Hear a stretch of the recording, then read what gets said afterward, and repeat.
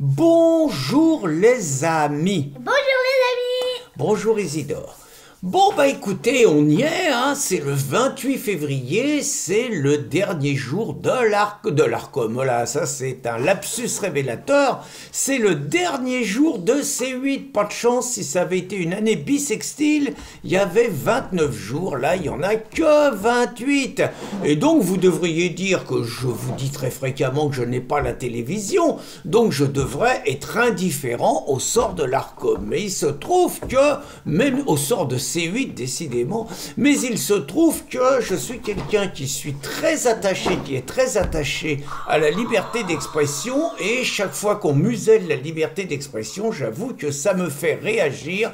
Je n'ai jamais pu saquer les commissaires politiques, les maîtres censeurs et autres briseurs de liberté. Voilà, j'ai jamais pu les saquer, et donc je me sens dans l'obligation, mais aussi avec plaisir, de vous faire une vidéo sur donc le dernier jour de Cyril Hanouna sur On touche pas à mon poste, je crois, sur C8.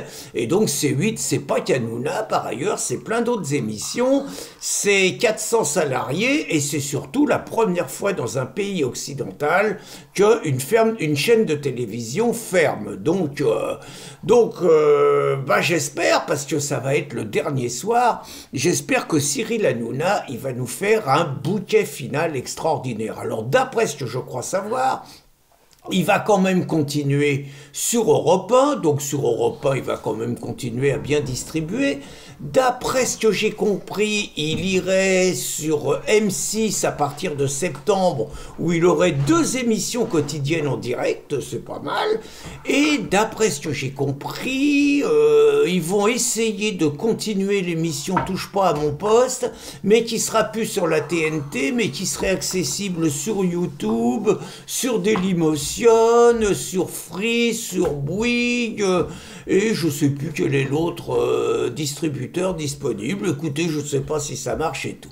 Mais bon, une fois qu'on a dit ça, qu'est-ce qu'il peut nous faire, Cyril, comme bouquet final qui soit à la hauteur? À mon avis, hein, il est assez grand pour savoir, mais je pense qu'il y a 3 cibles. Hein.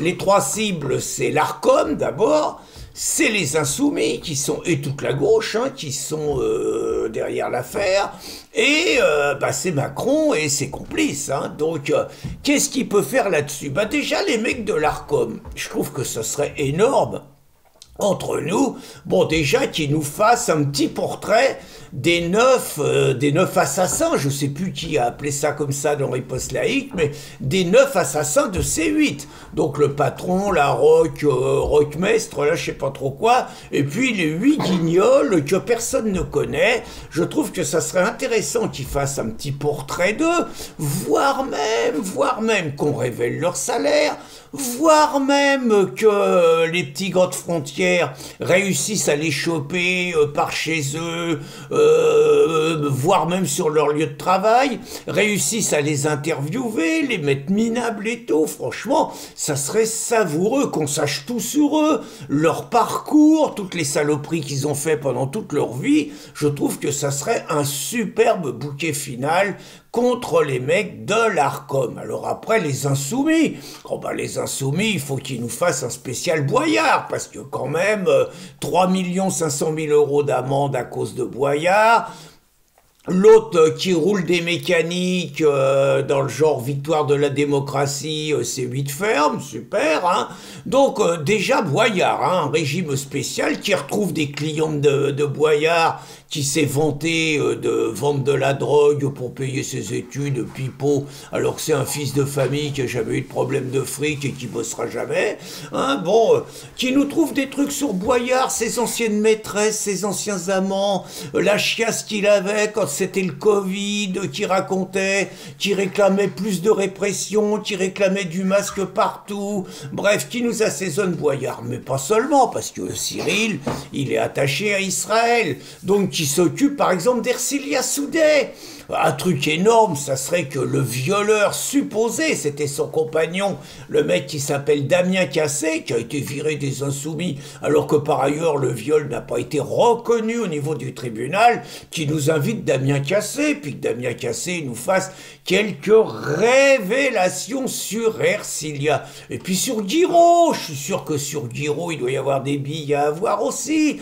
Et puis, bah, pourquoi pas sur Thomas Porte aussi, hein, et puis sur Mathilde Panot. Enfin bon, qui nous fasse un super bouquet final également sur ces loustiques, et puis sur le commissaire politique, la Saint-Toul, celui qui a instruit, tel un Fouquier-Tinville ou tel un Wyszynski, le procès contre le groupe Bolloré, parce que c'est CNews qui visait, hein. Vous voyez, qu'il nous fasse un petit portrait sur tous les salopards insoumis, quoi. Il y a de quoi. Cotino, pourquoi pas Cotino, le pédo, là, le mec qui viole des gamins handicapés de 4 ans et qui était insoumis, et que les insoumis nous disent que Bérou, il protège les pédophiles. Vous voyez, il y a de quoi s'amuser, là, Cyril. Hein, moi, je dis rien, hein, ils savent faire, mais franchement, il y a de quoi s'amuser. Hein. Donc, les insoumis, il y a de quoi s'amuser. Puis, évidemment, Rachid Méluch, un petit reportage sur sa maison de campagne, un petit reportage sur les gens à côté, qu'est-ce qu'ils en pensent, comment ils se comportent, est-ce qu'ils le connaissent,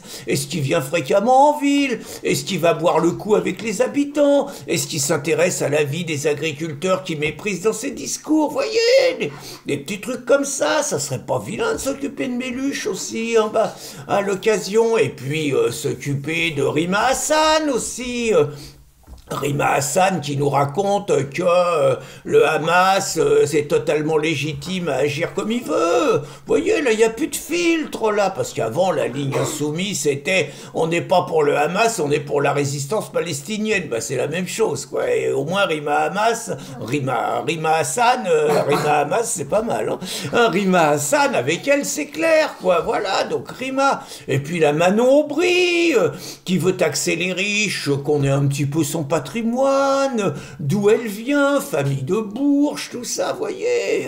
Ah, je suis sûr que Cyril et les petits gars de frontières, il y a des bonnes pistes là-dessus. Alors, et puis sinon, il y a Macron. Alors, Macron, qui est quand même celui qui a permis tout ça, parce que rien ne se serait fait sans lui. Alors déjà, Alexis Kohler, hein, le petit mec qui tient la boutique à l'Élysée, et qui va finir, d'après ce que je crois savoir, à la Société Générale, à un haut poste. Vous voyez, par exemple, tous les anciens ministres qui vendent leur carnet d'adresses et qui se retrouvent dans des postes stratégiques, alors je vous dis pas avec des salaires stratosphériques et tout. Vous voyez le parcours de tous ces mecs-là, il n'y a pas de conflit d'intérêt, il n'y a pas de problème. En gros, ils vendent tout ce qu'ils ont appris comme ministres et puis ils se recyclent dans le privé et ils passent à la caisse, quoi. Tout en continuant à jouer des connivences et tout. Il y a pas petit problème de conflit d'intérêt, mais tout ça, c'est pas grave.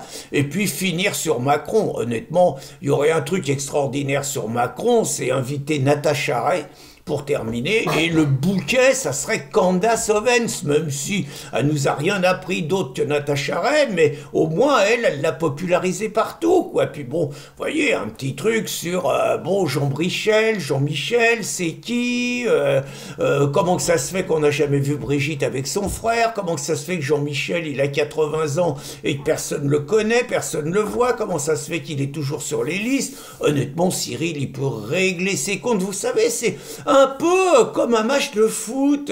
Vous perdez 3-0, vous avez match perdu, et les mecs qui ont gagné le match, ils continuent à se foutre de votre gueule. Bah, dans les 2 dernières minutes, vous en mettez 3 sur la civière. Bah, c'est comme ça que ça se passe, hein, c'est la règle. Bah, écoutez, que Cyril, avant de revenir, et en attendant de continuer, nous fasse un dernier bouquet final exceptionnel, dont tout le monde parle encore pendant des années, un truc qui soit à la hauteur du panache dont le personnage est capable. Allez, dans quelques heures, on saura. Bonne journée, les amis! Bonne journée, les amis!